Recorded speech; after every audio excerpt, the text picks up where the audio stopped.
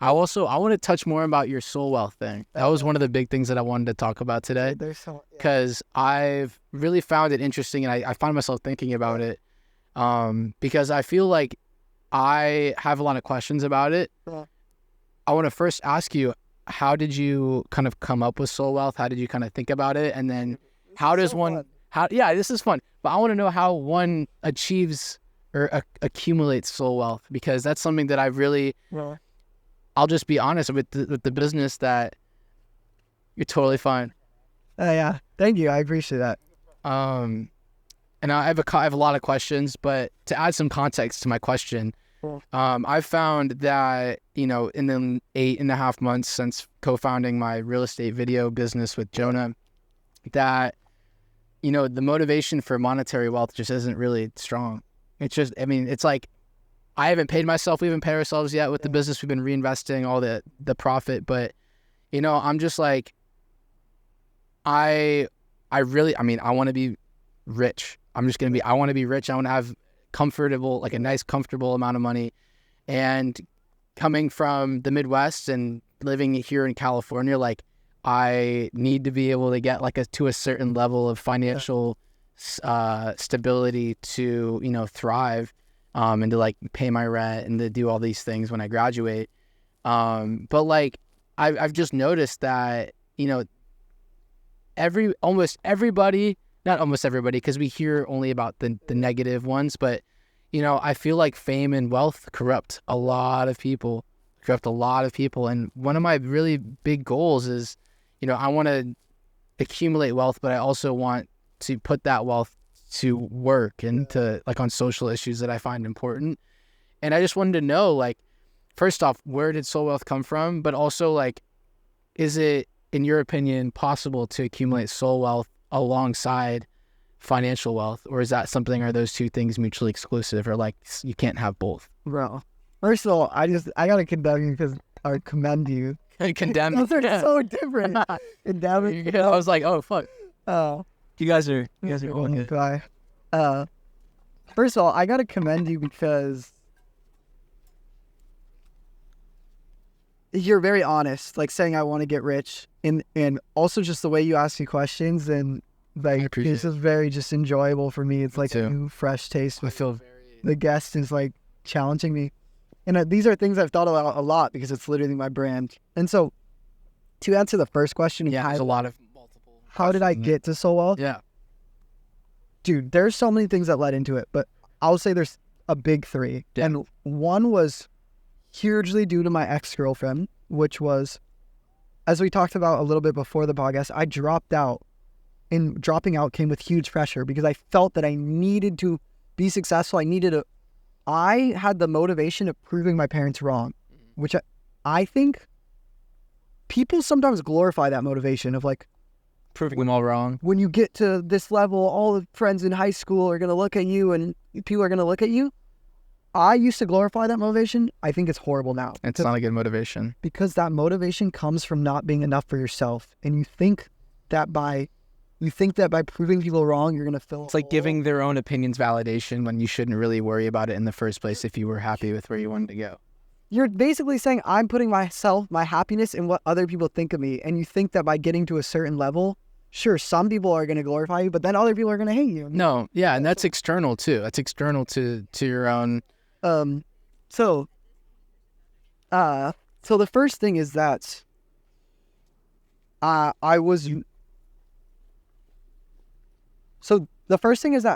put a lot of obsession, a lot of my happiness, a lot of my self-worth in the future. Yeah. Which many, many people do. They go, I'll be happy once I have 1 million subscribers. Yeah. I'll be happy once I do this. Those are all external and most of the time outside of your control too. Well, think about this. You're creating habits. I'm sure you've read Atomic Habits or... Yeah, I think I read, not Atomic Habits. There's another one. Shit, I forgot. It was a self-help book about habits. Okay, so it's when you put your happiness in a future goal or anything, what you're training yourself to do is to not have happiness in the moment. And to say that you're going to get there and you're not just going to instantly pick a new thing that you need for happiness is silly. Yeah. And I can prove it to you because you can look at people like Mr. Beast, who has 200 million subscribers, and all he's talking about is getting 1 billion. So it's bro, And There's always going to be another level. Another mountain. There's always going to be. J. Cole has a really good quote on this from Love Yours. This is one of my favorite songs of all time. He always says, "There's always going to be a battered girl out there on the tours. You're never going to be happy till you love yours." And, I was blanking on the actual quote. Thanks for filling in for me. So that was a big taking. I love that happiness point. Out of future. Yeah. The second was completely with my last relationship with my ex-girlfriend. I had so much pressure from dropping out, and I so bad wanted to make my dreams come true that whenever I hung out with her, I would be like, I would cut our time short, and I'd be like, "Sorry, babe, I got to go work on this," or that's something that I've been struggling. I can't hang out because I got to do this. And to a degree, that's fine. Like, you don't want your partner to take you like away from your dreams, but to a much bigger degree, you're creating a harmful relationship, because imagine if I die today or you die today, and imagine every time I hung out with my girlfriend, I was making it such a big deal about accomplishing my dreams and working hard, and I have to go do this, I have to go do that, and then I die, and the way she remembers me is someone who always put love aside to do work. And if you ask anyone how they want to be remembered on their deathbed, they will never say, "I want to be remembered for my subscribers, for what I accomplished." They always say, "I want to be remembered for how I treat people." But then they go and live on a daily basis for their work and their accomplishments. And it goes, if this is how you want to be remembered, if you want to be remembered for loving others, then why do you live for work? And I'm so glad I asked you this question, because this is something that I'm actually really struggling with. And I know, bro, because you're an entrepreneur, you're like me, and I'm not perfect. The thing is, bro, the best entrepreneurs create solutions to their own problems. So I'm not creating soul wealth because I got it figured out. I'm creating it because it's what I struggle with, you know? Yeah. And yeah, because I'm like, dude, like, well, first, to add context to this, because right now I'm the busiest I've ever been in my entire life. I'm pushing myself to the limits.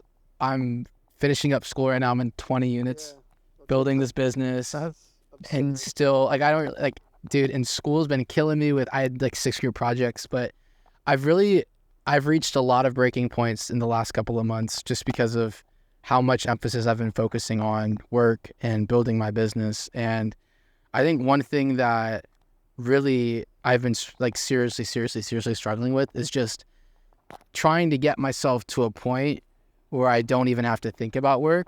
Yeah. And I've made a little bit of progress in the last week or so, and I've been focusing on like the essential things I need to do, the projects that we've taken on, the clients that we've already worked with.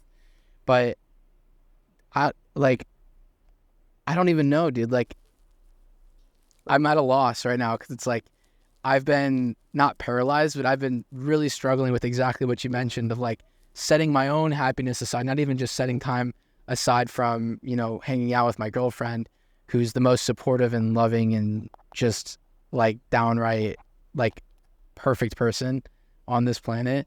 Like, spending that time focusing on the business, working until 8-9 p.m., not eating for hours on end, just doing shit. It's like, it feels like it's the right thing to do in the moment. It feels like I need to sacrifice this time for myself now, and every little like minute that any extra is getting me like to that next level. But then every goal that I've ever like wanted to achieve and achieved it, like you get to that achievement and it's like, okay, what's next? It's like, okay, like it's like there's never enough. So I'm realizing that all of what I need to be able to feel like that I'm a successful person is only internal.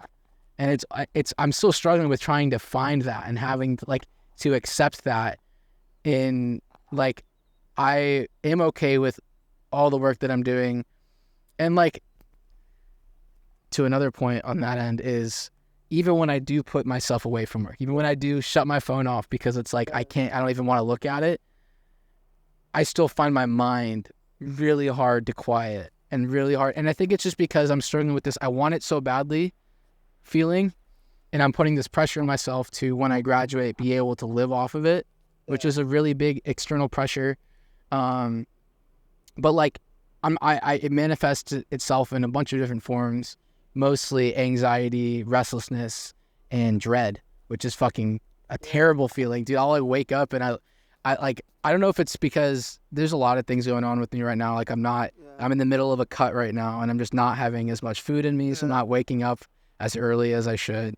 But it's like I wake up and I kind of sometimes dread doing the business because it's like there's just always, it's like that jadedness. It's like there's always like another thing, there's always another problem to solve, and it's like half of the time I look at it like that's a great thing and I'm honored to be able to do that, and then the other half of the time I'm just like, God, dude, like there's just so much shit for me to do. When am I going to get time for myself? Like kind of thing. And I'm still struggling with that. I mean, it's tough. Can I offer you some feedback? Yeah, give me some feedback. Because as a loving friend, I have many things to say, which is that, and you sound very similar to my story. There's a really popular story in the Bible where this guy builds a barn to hold all his livestock, and he goes, "I'm going to build a bigger barn." And so he builds a bigger barn. And he gets more livestock. You guys are totally good to walk by. Yeah.